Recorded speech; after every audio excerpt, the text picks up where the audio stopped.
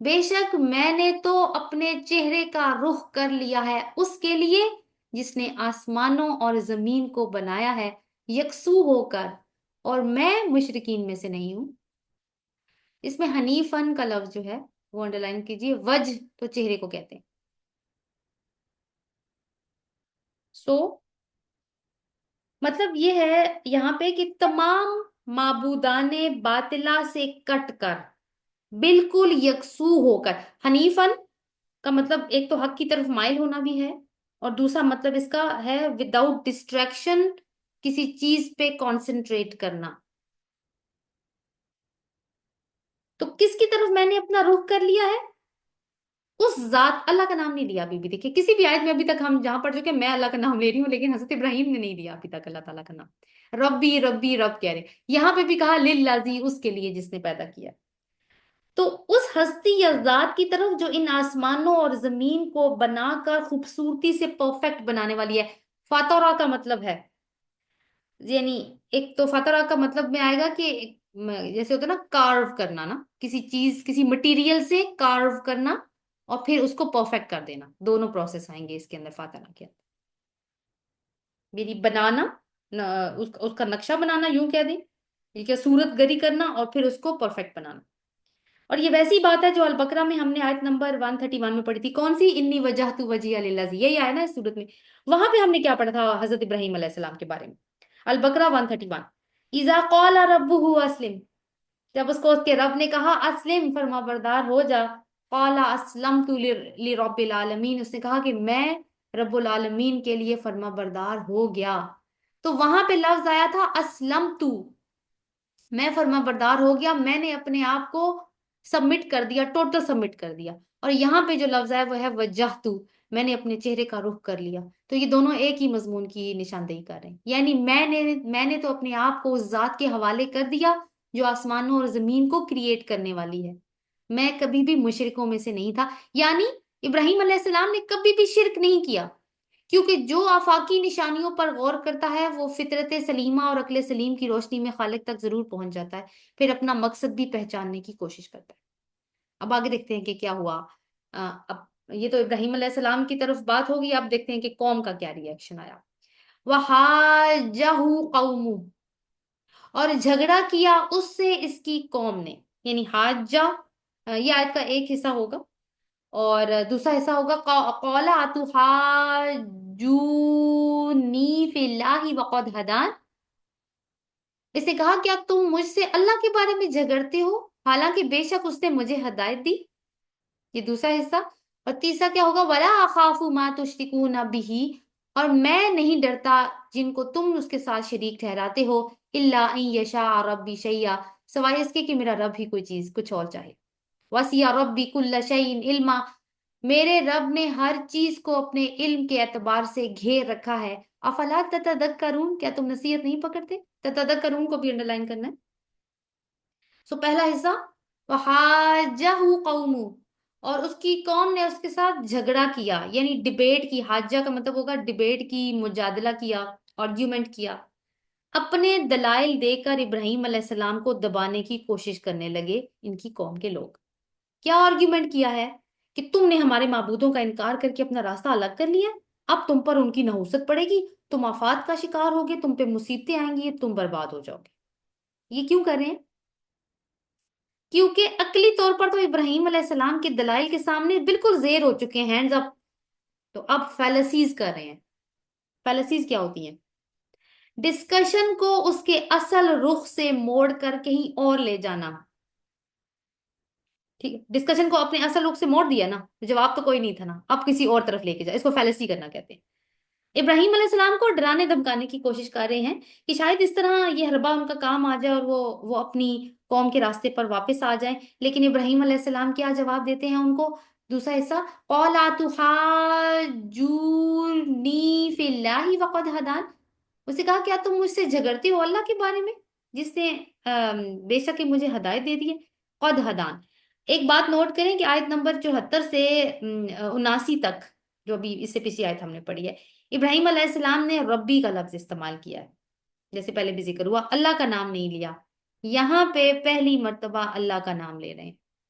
اس کا کیا مطلب ہے؟ نمبر ون، ہو سکتا ہے ابراہیم علیہ السلام پہ وہی اترتی ہو اللہ کی طرف سے. رب تو کوئی بھی ہو سکتا ہے نا، گھر کے مالک کو بھی رب المنزل کہا جاتا ہے. مگر اللہ رب کا خاص نام ہے، ذاتی نام ہے. اور اللہ کی معرفت تک تو انسان آفاقی نشانیوں پر غور کرنے کے نتیجے میں پہنچ جاتا ہے کہ ہاں کوئی خالق ہے، جیسے پہلے ڈسکس ہوا. لیکن وہ نشانیوں پہ غور کر کے اللہ کے نام سے تو واقف نہیں ہو سکتا نا، جب تک کہ وہ اللہ تعالیٰ خود ہی نہ بتائے یا ہمیں کسی اور سورس سے پتہ نہ چلے. اب غار حرا میں رسول اللہ صلی اللہ علیہ وسلم اتنے عرصے تک تفکر کرتے رہے، کبھی ہم نے سوچا کس بات پہ غور کرتے ہوں گے ہمارے نبی؟ یہی نا کہ اس معاشرے میں کیا کچھ ہو رہا ہے، غلط اور صحیح کی کوئی تمیز نہیں ہے، بتوں کی پرستش ہو رہی ہے، یہ دنیا کیوں بنی، کس نے بنائی، ہمارے وجود کا کیا مقصد ہو سکتا ہے. تو یقیناً وہ ایک خالق کی ہونے کو محسوس تو کر چکے ہوں گے، مگر اس خالق کے بارے میں تفصیل ان کو کہاں سے معلوم ہوئی؟ وہی سے. ایک پوائنٹ تو یہ ہے کہ یہاں سے یہ پتہ چلتا ہے کہ وہی اترتی تھی ان کے اوپر. دوسری بات ہے کہ جس طرح سے اب قوم کے سامنے وہ اللہ کا نام لے رہے ہیں، تو قوم یہ کہہ سکتی ہے اچھا یہ تم کس کا نام لے رہے ہو؟ لیکن قوم نے ایسا ایسا نہیں کہا. جس طرح اہل مکہ اللہ کے وجود سے انکار نہیں کرتے تھے، خالق اور مالک اللہ ہی کو سمجھتے تھے، لیکن اس کی خدائی میں اس کو اکیلا نہیں سمجھتے تھے، اور بہت سارے شریک انہوں نے ٹھہرا رکھے تھے، یعنی مختلف طرح کے رب، ارباب. اسی طرح ہر معاشرے میں ایک جتنے بھی معاشرے ہیں اگر ہم ان کو دیکھیں تو ملٹیپل جہاں پہ گاڈز ہیں، خاص طور پر گاڈز اور گاڈسز. گریک مائتھولوجی کی بات کریں یا ہندو مائتھولوجی کی بات کریں تو بہت سارے گاڈ اینڈ گاڈسز کا کانسیپٹ ہے، لیکن ان سب کے اندر ایک بڑا گاڈ بھی موجود ہوتا ہے جس کو یہ کیپٹل جی سے لکھتے ہیں، جس کو مہادیو کہتے ہیں. میرے خیال سے گریک مائتھولوجی میں وہ زیوس ہے، واللہ عالم. تو ایک بڑے خدا کا تصور موجود ہے. یہ کس بات کی عکاسی کرتا ہے کہ سارے مذاہب اسلام ہی کی بگڑی ہوئی شکلیں ہیں، جیسے کہ اہل مکہ نے اسلام ہی کی بگڑی ہوئی شکل اپنائی ہوئی تھی. یعنی انکار نہیں تھا اللہ کے وجود سے ان کا بھی. تو ابراہیم نے اب اللہ کا نام لیا اور کہا کہ میں تمہارے معبودوں کو نہیں مان سکتا جبکہ مجھ پر اللہ کی طرف سے ہدایت پہلے سے ہی آ چکی ہے. پہلے ہی، قد، ٹھیک ہے، پہلے ہی آ چکی ہے. اور اصل ہدایت تو وہی ہے جو اللہ دے. جیسے قرآن میں ہم نے آیت نمبر 71 جو بالکل ہمارا پچھلا سیشن تھا اس میں ہم نے پڑھا تھا، قل انا ہدی اللہ هو الہدا، کہہ دیجئے کہ بے شک ہدایت تو اللہ کی طرف سے ہے اور وہی اصل میں ہدایت ہے. وَأُمِرْنَا لِنُسْلِمَ لِرَبِّ الْعَالَمِينَ، اور ہمیں تو حکم دیا گیا ہے کہ ہم سر تسلیم خم کر دیں رب العالمین کے سامنے.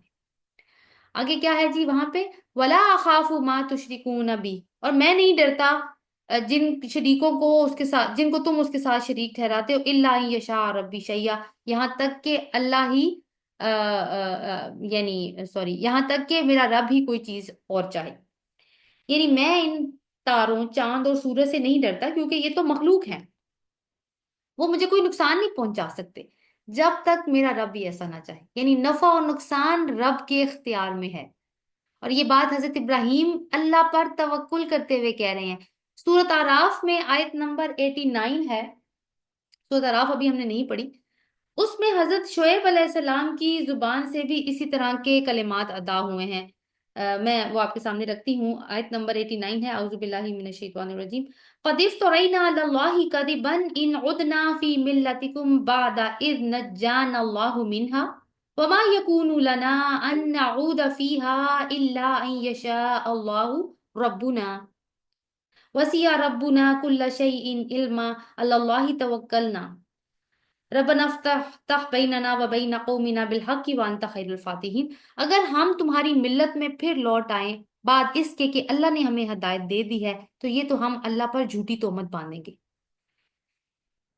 یہ ہم سے تو نہیں ہوگا کہ ہم پھر اس میں لوٹ آئیں، مگر یہ کہ اللہ ہمارا رب چاہے. ہمارے رب کا علم ہر چیز کا احاطہ کیا ہوا ہے، اللہ ہی پر ہم نے بھروسہ کیا. اے ہمارے رب، ہمارے اور ان کے میری قوم کے درمیان میں حق کے ساتھ فیصلہ کر دے، بے شک کہ تو ہی بہتر فیصلہ کرنے والا ہے. تو ہمارے لیے کیا سبق یہاں سے نکلتا ہے کہ ارادہ عزم کتنا ہی پاکیزہ کیوں نہ ہو، اس کی تکمیل بھی اللہ کی توفیق پہ منحصر ہوتی ہے. انسان کوئی اپنی طرف سے بہت بڑا دعویٰ نہیں کر سکتا. ہم یعنی بندے کو کوئی بات صرف اپنے ارادے سے نہیں کرنی چاہیے بلکہ اللہ کے اعتماد پر کہنی چاہیے، کیونکہ ہر نیک کام کے راستے میں آزمائشیں آتی ہیں اور ان آزمائشوں پر پورا اترنا اللہ کی مدد اور توفیق کے بغیر ممکن نہیں ہوتا. آگے کیا انہوں نے بات کہی کہ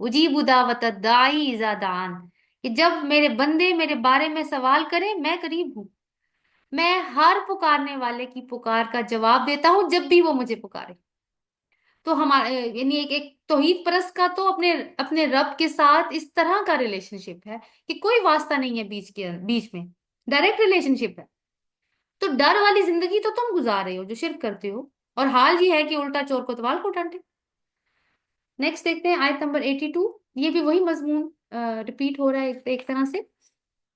الذین آمنوا ولم یلبسوا ایمانہم بظلم اولئک لہم الامن وہم مہتدون، اور وہ جو ایمان لائے اور نہیں انہوں نے ملایا اپنے ایمان کو ظلم کے ساتھ، یعنی وہ لوگ جو ایمان لائے نمبر 1 اور اپنے ایمان کو انہوں نے ظلم کے ساتھ مکس نہیں کیا، اولئک لہم الامن، یہی وہ لوگ ہیں جن کے لیے امن ہے، وہم مہتدون، اور وہی ہیں جو ہدایت یافتہ بھی ہیں۔ سو یہاں پہ 2 پوائنٹس ہیں جو امپورٹنٹ ہیں کہ ایمان کے ساتھ ظلم کو ملانا کیا ہوتا ہے، اور پھر امن اور ایمان کا تعلق ہو تو ہم اس پہ بات ویسے کر چکے ہیں، اور پھر ہدایت کے ساتھ کیسے جوڑے گا۔ پہلے پوائنٹ کو دیکھتے ہیں کہ ایمان کے ساتھ ظلم کو ملانا کیا ہوتا ہے۔ ظلم کا لفظ، ظلم کا مطلب کیا ہے؟ حق میں کمی کرنا۔ ظلم کسی چھوٹے گناہ کو بھی کہہ سکتے ہیں، چونکہ اللہ کی نافرمانی چاہے کم درجے کی ہو یا زیادہ بڑے درجے کی ہو، ہوتی تو بہرحال نافرمانی ہی ہے۔ تو صحابہ کرام رضی اللہ عنہ یہ آج سن کے گھبرا گئے اور رسول اللہ صلی اللہ علیہ وسلم سے پوچھا کہ کون شخص ہوگا جس نے کبھی دنیا میں کوئی ظلم نہ کیا ہو؟ اور نہیں تو انسان کسی اور پہ نہ بھی کرے تو اپنے اوپر تو کسی نہ کسی حد تک ظلم کرتا ہی ہے۔ گویا اس کا مطلب تو یہ ہوا کہ کوئی بھی اس شرط کو کوالیفائی نہیں کر سکتا کہ ایمان والا بھی ہو اور اس نے کوئی ظلم نہ کیا ہو۔ تو آپ صلی اللہ علیہ وسلم نے فرمایا کہ یہاں ظلم سے مراد شرک ہے۔ پھر آپ صلی اللہ علیہ وسلم نے سورہ لقمان کی وہ آیت تلاوت فرمائی جس میں شرک کو ظلم عظیم قرار دیا گیا، یا بنیا لا تشرک باللہ، اے میرے پیارے سے بیٹے اللہ کے ساتھ کسی کو شریک نہ ٹھہراؤ، ان الشرک لظلم عظیم، بے شک شرک تو بہت بڑا ظلم ہے۔ Excuse me۔ تو وہ ایمان جو شرک کی ملاوٹ سے پاک ہو، اس ایمان کا ذکر ہے یہاں پہ۔ حضرت ابراہیم علیہ السلام کو دیکھیں نا، جس معاشرے میں وہ تھے وہ مشرک معاشرہ تھا۔ رسول اللہ صلی اللہ علیہ وسلم بھی جس معاشرے میں تھے وہ بھی مشرک معاشرہ تھا۔ اور سم ٹائم یہ بھی ہوتا ہے کہ دعویٰ تو ایمان کا ہے لیکن ساتھ ساتھ شرکی اعمال بھی ہو رہے ہیں اور سمجھ بھی نہیں آ رہی کہ کر رہے ہیں۔ شرک بھی ہر زمانے میں الگ الگ بھیس بدل بدل کر آتا ہے، تو ہمیں معلوم ہوگا تو اسی کے بارے میں پھر ہم جان سکیں گے، پہچان سکیں گے۔ تو اپنے زمانے کے شرک کو پہچاننا بھی بہت ضروری ہوتا ہے۔ بہرحال یہ چیز بھی ہمارے اندر موجود ہے کہ obvious شرک اور لا الہ الا اللہ یہ بھی اکٹھے چلتے ہیں انفارچونیٹلی۔ تو جو لوگ اپنے ایمان کے ساتھ شرک کی ملاوٹ نہیں کرتے وہی لوگ اصل میں امن میں ہیں۔ تو امن اور ایمان کا تعلق، دوسرا جو پوائنٹ تھا ہمارا وہ تو ہم پچھلی آیت میں دیکھ بھی چکے ہیں۔ یہاں پہ ایک دعا میں آپ کے ساتھ شیئر کر رہی ہوں، یہ چاند دیکھنے کی دعا ہے، ترمذی کی روایت ہے یہ۔ چاند دیکھنے کی کیا دعا ہے جی؟ اللہم اہلہ، اس کے ورڈنگ پہ غور کرنا ہے۔ اللہم اہلہ علینا بالامن والایمان والسلامت والاسلام ربی و ربک اللہ، اے اللہ ہمیں آپ امن اور ایمان اور سلامتی اور اسلام کا چاند دکھائیں۔ آپ دیکھیں امن الگ، ایمان الگ، سلامتی اور اسلام الگ الگ، اس کا چاند دکھائیں۔ اور اے چاند، یہ بریکٹ میں ہے ویسے، میرا اور تیرا رب ایک ہی ہے۔ اور یہ بھی کہ آخرت میں بھی ایمان والے، خالص ایمان والے ہی امن میں ہوں گے۔ اگر انسان کے اندر امن ہوگا تو وہ اس کو پھر باہر بھی، اندر امن ہوگا تو اس کی مینیفسٹیشن پھر باہر بھی نکلے گی۔ تو اگر ہم امن ایمان والے ہو جائیں، صحیح والے ایمان والے ہو جائیں، اصل ایمان والے، تو ہم امن کے مشل بردار بھی بن سکتے ہیں۔ اور یہ جو اتنی انارکی پھیلی ہوئی ہے اس دنیا میں، اتنی بد امنی ہے، اس کا حل بھی اللہ تعالیٰ ہمیں بتا رہے ہیں۔ دیکھیں اس کے پہلے جو ایمان کے دعوے دار ہیں ان کو پھر پورے کا پورا ایمان میں داخل ہونا ہوگا، تو اندر امن ہوگا، اندر سکون ہوگا، اللہ پہ توکل ہوگا، تو پھر اس کا اثر باہر بھی نظر آنا شروع ہو جائے گا۔ اور ظاہر ہے کہ پھر وہی لوگ ہدایت یافتہ ہیں جو اصل ایمان رکھتے ہیں، کیونکہ ایسا تو نہیں ہو سکتا نا کہ ایمان رکھیں اور پھر اس راستے کو فالو نہ کریں جو جس پر ایمان رکھ رہے ہیں، جس نے اس نے وہ راستہ بتایا ہو۔ جیسے ہم اللہ پہ ایمان رکھتے ہیں تو ایسا تو نہیں، ہاں اللہ پہ ایمان تو رکھتے ہیں لیکن راستہ ہم اپنا ہی کوئی فالو کریں گے جو ہماری فلسفی ہے کوئی، تو پھر وہ تو ایمان نہیں ہے۔ تو اعمال صالحہ کا بھی لنک جو ہے وہ امن سے ایمان سے ہی جڑتا ہے جا کے۔ 83، یہ جو ہماری آج کے لیسن کی لاسٹ آیا ہے، وہ تل کا حجتنا، یہ میں نے ایک دو پہلے بھی ریفرنسز دیے آیت نمبر 83 کے، تو وہ آیت ابھی آ رہی ہے۔ وہ تل کا حجتنا آتیناہا ابراہیم علی قومی، اور یہ ہے ہماری حجت جو ہم نے ابراہیم کو اس کی قوم کے خلاف دی تھی۔ ایک حصہ، نرفع درجات من نشاء، ہم بلند کرتے ہیں درجات جس کی ہم چاہتے ہیں، ان ربک حکیم علیم، بے شک آپ کا رب بہت حکمت والا ہے، بہت علم والا ہے۔ تو فرسٹ پارٹ، وَتِلْكَ حُجَّتُنَا آتَيْنَاهَا إِبْرَاهِيمَ عَلَىٰ قَوْمِهِ، اور یہ ہے ہماری حجت۔ اب اللہ تعالیٰ فرمانے نا کہ یہ میری حجت تھی، ہماری حجت تھی جو ہم نے ابراہیم کو اس کی قوم کے خلاف دی ہے۔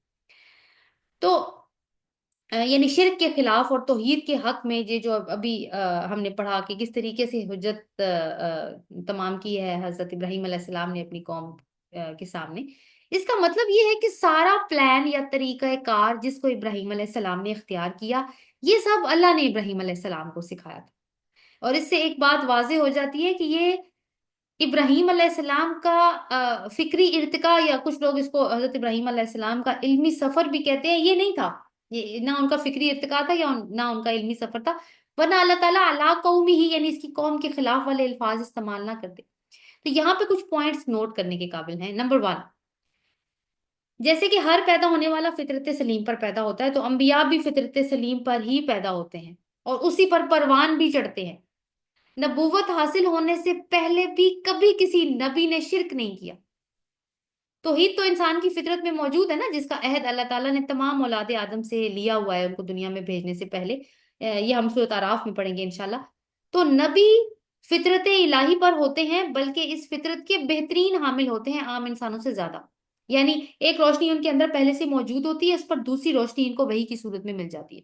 عام انسان کا معاملہ تو یہ ہوتا ہے کہ ہر انسان فطرت سلیم پر پیدا ہوتا ہے، مگر اس کا ماحول اس کی فطرت کو تاریک کر دیتا ہے، لیکن رسول کے ساتھ یہ نہیں ہوتا، نبی کے ساتھ یہ نہیں ہوتا۔ پھر جب وحی کی روشنی اس تک آتی ہے تو وہ پھر تاریکی سے روشنی میں آ جاتا ہے، جو عام انسان ہوتا ہے وہ بھی اگر اس کی فطرت جو ہے اس کو کیچ کرے۔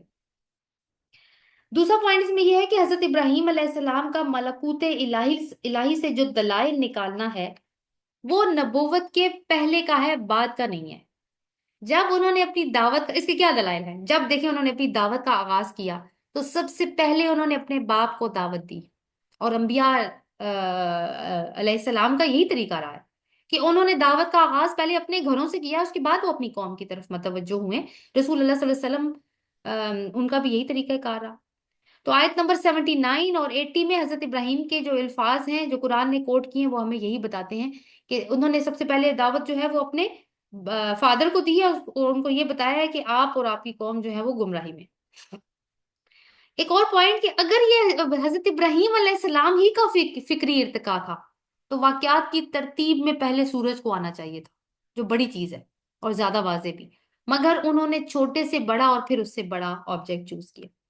چوتھی چیز ان کے طریقہ استدلال میں ہے، یعنی جس طریقے سے انہوں نے اپنی قوم کو انہی کے عقائد میں لاجواب کیا ہے۔ اللہ کی یہ سنت رہی ہے کہ وہ کسی جھٹلانے والی قوم کو وہیں سے پکڑتا ہے جہاں سے ان کو اپنی کامیابی کا غرور ہوتا ہے، یقین ہوتا ہے۔ تو ابراہیم علیہ السلام کے طریقہ استدلال میں بھی یہ چیز نظر آتی ہے کہ ان کی قوم سورج چاند ستارے کی عبادت کرتی تھی، تو آخر ان کے نزدیک ان کی خدائی کی کیا دلیل تھی؟ یہی نہ کہ وہ طلوع ہوتے ہیں، چمکتے ہیں۔ تو اگر یہ ان کے الہ ہونے کی دلیل ہے تو پھر آؤ ان کا ڈوبنا اور ان کا تاریک ہونا بھی دیکھ لو، اور اب اپنی دلیل لے آ۔ اب آپ بتاؤ نا یہ کیسے خدا ہے؟ تو جیسے یہ بات ہوئی کہ اللہ تعالیٰ اس قوم کو وہیں سے پکڑتا ہے جہاں سے اس کو اپنی کامیابی کا یقین ہوتا ہے۔ موسیٰ علیہ السلام کی کا جو دور تھا وہ جادو میں بہت ایڈوانس تھا، تو آپ دیکھیں کہ ان کو یہ تھا کہ ان کے جادو کو کوئی بیٹ نہیں کر سکتا، جس طریقے سے ہم آگے جا کے انشاءاللہ پڑھیں گے بھی کہ فرعون نے پھر موسیٰ علیہ السلام کے معجزات کے جواب میں وہ سارے جادوگر اکٹھے کیے، تو پھر کیا اس کا انجام ہوا، تو اپنے کہتے ہیں نا اپنی شکل دیکھنے کے قابل بھی نہیں رہے پھر۔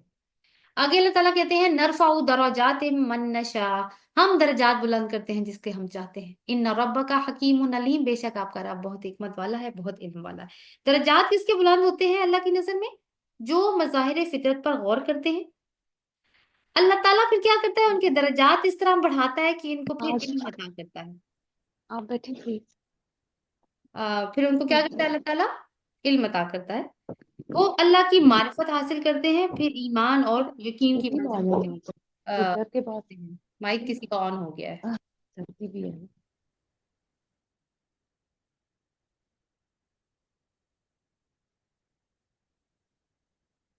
اچھا جی، یہاں پہ حکیم اور علیم کی صفات کا حوالہ اللہ تعالیٰ کی سنت کی طرف اشارہ کر رہا ہے کہ جو اللہ اپنے چاہنے کے لیے مقرر کرتا ہے۔ ذکر ہے نا کہ ہم درجات بلند کرتے ہیں جس کے لیے چاہتے ہیں، تو اللہ کی چاہت اس کی حکمت اور علم پر مبنی ہے۔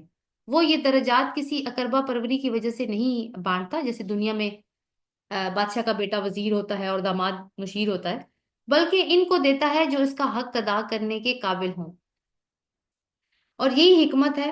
پھر علیم بھی وہی ہے جو پوری طرح سے جانتا ہے کہ کون عقل سے کام لے رہا ہے اور کون معاشرے کے رسوم و رواج کی اندھی تقلید پر لگا ہوا ہے۔ اب اس حضرت ابراہیم علیہ السلام کی عملی مثال ہمیں نظر آتی ہے، تو اللہ تعالیٰ نے ان کے درجات کو کیسے اس میں بلندی دی تھی۔ اللہ تعالیٰ نے کیا فرمایا تھا؟ انی جائلوکا للناسی اماما، میں تو آپ کو ساری انسانیت کا امام بنانے والا ہوں۔ تو ابھی آپ دیکھیں کہ جتنے بھی آسمانی مذاہب ہیں وہ سارے، یعنی مسلمان ہیں، وہ اسلام ہے، وہ کرسچینٹی ہے، یا وہ جوڈیزم ہے، یہودیت ہے، یہ سارے کے سارے اپنا تعلق کس سے جوڑتے ہیں؟ حضرت ابراہیم علیہ السلام سے جوڑتے ہیں۔ اگر انسان عقل سے کام نہ لے تو پھر کیا ہوتا ہے؟ پھر اپنے ہی تراشے ہوئے بتوں کو خدا مان کر ان کے سامنے ہاتھ پھیلاتا رہتا ہے، پھر تاروں، چاند اور سورج کو رب بھی مانتا ہے۔ تو نوٹ کرنے والی بات یہاں پہ ایک اور ہے، حکیم اور علیم کے کانٹیکس میں، کہ عام طور پر اللہ تعالیٰ کے جو دو صفاتی نام آتے ہیں نا، وہ ہوتے ہیں علیم اور حکیم، اس ترتیب سے آتے ہیں، یہاں ترتیب اور ہے۔ تو میرے خیال میں اس کا مطلب یہ ہو سکتا ہے کہ اللہ اپنی حکمت کے تحت فیصلہ فرماتا ہے کہ کس کے درجات بلند کرنے ہیں، جیسے کہ ابراہیم علیہ السلام کے درجات کو اس نے بلند کیا، مگر اس کا علم کامل یہ جانتا تھا کہ ابراہیم علیہ السلام اس کے لائق ہے۔